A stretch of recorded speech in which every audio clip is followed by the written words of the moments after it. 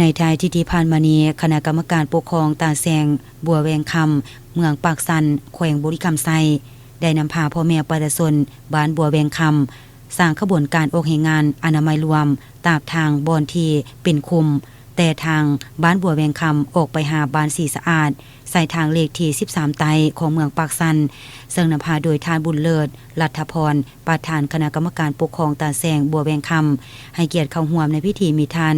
สุริจันทร์เทียงจันทรายหองประธานคณะกรรมการปกครองเมืองปากสันมิต่างหน้าห้องการยุทธการและขนส่งเมืองปากสันห้องการกสิกรรมและสิ่งแวดล้อมเมืองพร้อมด้วยพ่อแม่ประชาชนภายในบ้านบัวแวงคำเข้าร่วม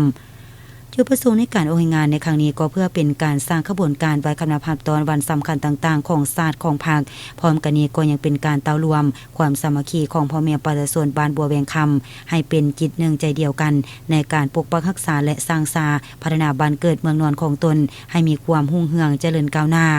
การออกงานในครั้งนี้ได้พร้อมพากันผสมปูนตามทางบอนที่เป็นคุมเริ่มแต่จุด3แยกบ้านบัวแวงคำหาขัวห้วยหนองแดง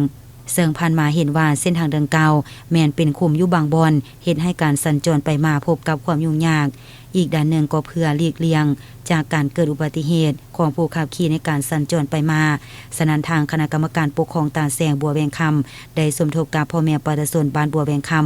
ระดมวัตถุปัจจัยจากนักธุรกิจทางหารส่วนบุคคลนิติบุคคลทางภายในและภายนอกเพื่อมาซ่อมแปลงตามทางบอนที่เป็นคุมเพื่อบ่ให้มีการเปเพในตัวหน้าทางนี้ก็เพื่อแหน่ใส่ให้พ่อแม่ประชาชนได้เป็นเจ้าการมีส่วนร่วมนำกันในการปกปักรักษา